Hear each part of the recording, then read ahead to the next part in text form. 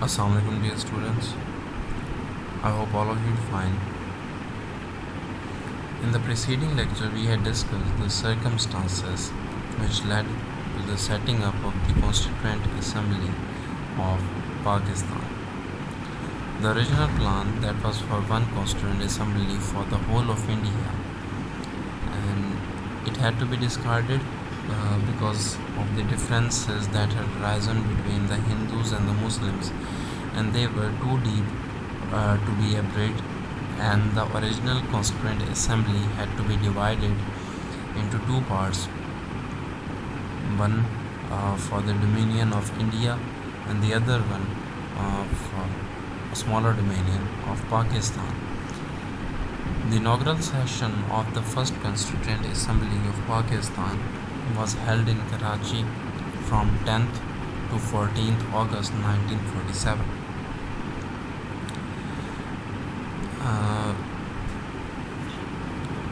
Mr. Joginder Nath Mandal, a member of the minority community from East Pakistan, was unanimously elected as temporary chairman for the first day of the session.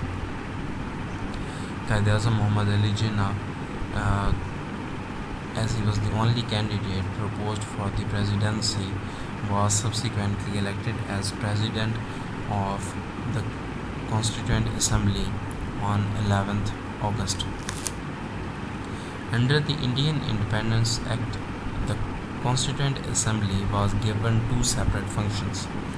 The first one was to prepare a constitution and to act as a federal legislative assembly or parliament until that constitution came into effect, was the second one.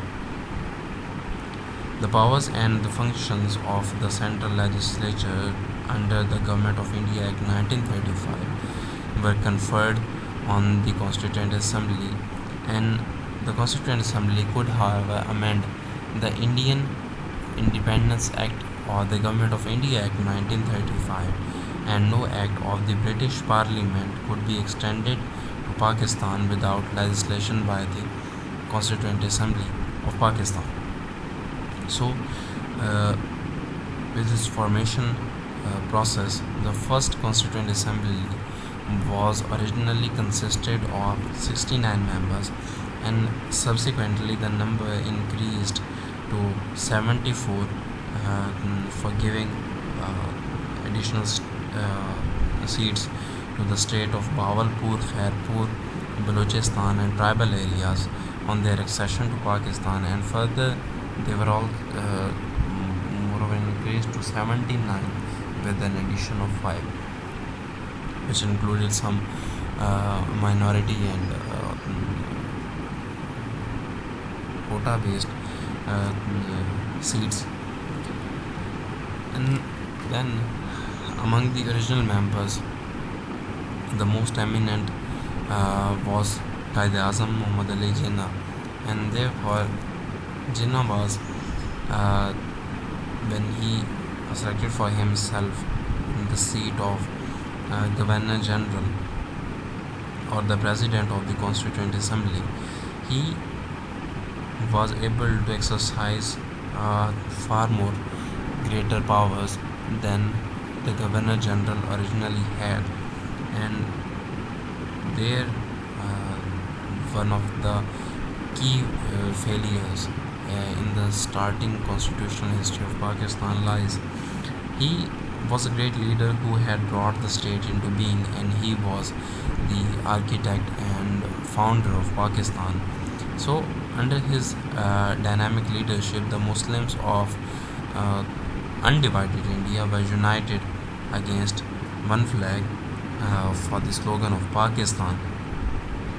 And after that amazing achievement of advancing of the Muslim League in just within 10 years, as rounded off from the times of Congress ministries till the formation of Pakistan from 1937 to 1947, from a position of a poorly organized political party towards the representing of the minority of a majority to one in which it could successfully challenge the British and the Hindus together for its own rights and for the rights of its own nation. When Jinnah took up the leadership of Muslim League in 1937, he found the Muslims of India a demoralized and weak minority without leadership and organization, and they were surrounded by an intolerant and arrogant majority which possessed vast resources in numbers, and they had more of a collection of wealth. They had more civil service officials, and then they also had their own propagandist newspapers and radio stations even. So he made the Muslims and the Muslim League a mass organization which gathered in the Muslims of undivided India, and he became the accredited leader of the Muslims, who affectionately bestowed on him the title of Qaid-e-Azam, which was given to him somewhere around 1938 perhaps, and the word Qaid-e-Azam means the greatest leader. So he saved the Muslims from annihilation. He gave them a country, a hope, a future. So all this he served to the last with statesmanship and courage. He had worked himself to death but had contributed more than any other man to Pakistan's survival, and it was to his efforts that Pakistan was able to give settlements to a great number of migrants coming from India to Pakistan. There were only two parties in the Constituent Assembly at the time of partition. The first one was the Muslim League, representing all the Muslims with the exception of one or two states, and the Congress Party, representing 12 million Hindus in Pakistan. And the Muslim League was the biggest party in the Constituent Assembly and was composed of 59 members, and its members from East Pakistan were drawn mostly from the middle class, while those from the West Pakistan, that is the present Pakistan, included various landlords, and amongst its members were the principal associates of Jinnah in the movement of Pakistan, such as the Prime Minister Liaquat Ali Khan, Khwaja Nazmuddin, who succeeded Jinnah as Governor General and later became Prime Minister on the death of Liaquat Ali Khan in 1951. So some of the members of the Muslim League were recruited from distinguished academians such as I.H. Qureshi, then was Mahmud Hussain, Umar Hayat Malik, and there were many others. And though there was no organized Muslim political opposition party in the Constituent Assembly in the very start in 1947, there were major political groups within the league who descended from one another, and on the left was Iftikharuddin, who was a former congressman, and he was also reputed as a communist. He was an Oxford educated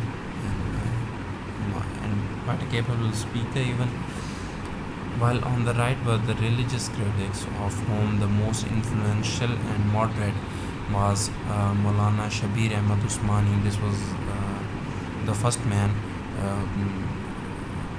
who had raised the Pakistani flag, and he even died at the end of 1949.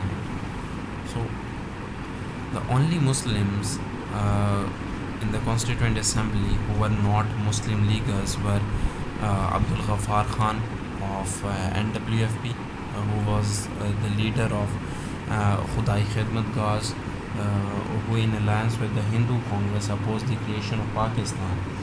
And the second one was Mr. A.K. Fazlul Haq of East Pakistan.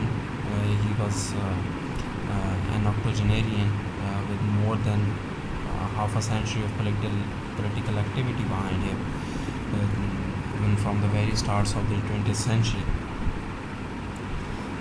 The first Constituent Assembly, like any other legislature, set up several committees and subcommittees to carry out its task of framing a constitution. The Basic Principles Committee was one of the most important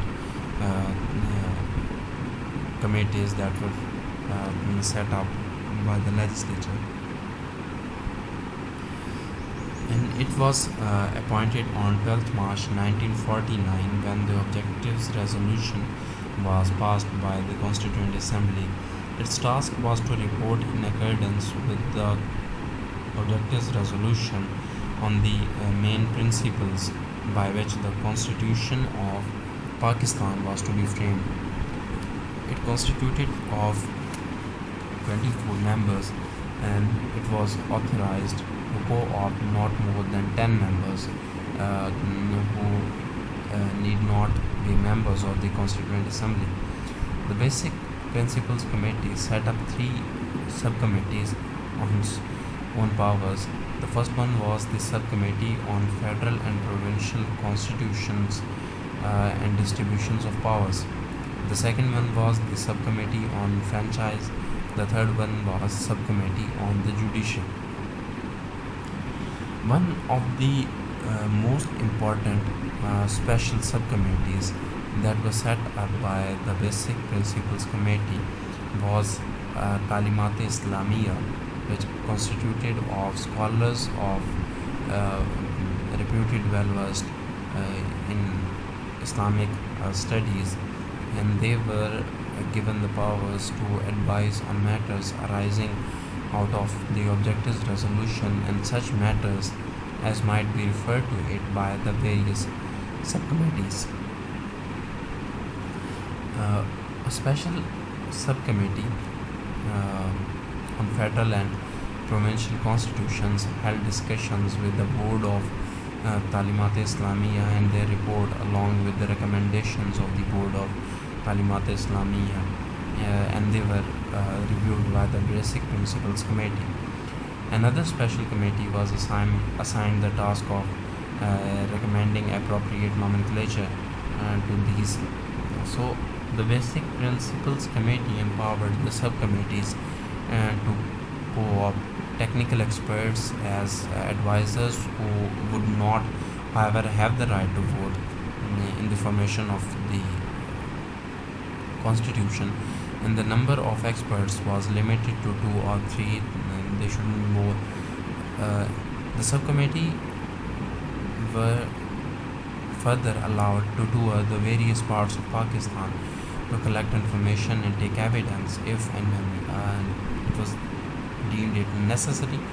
The Basic Principles Committee submitted its interim report on 7th September 1950 and the final report in December 1952. Another important committee of the First Constituent Assembly was on fundamental rights of the citizens of Pakistan and on matters relating to minorities. It was set up in the inaugural session of the Constituent Assembly on 12th August 1947, and it was authorized to add certain members who need not be members of the Constituent Assembly. This was done with a view to giving representation to the communities such as Christians who are not adequately represented in the Constituent Assembly.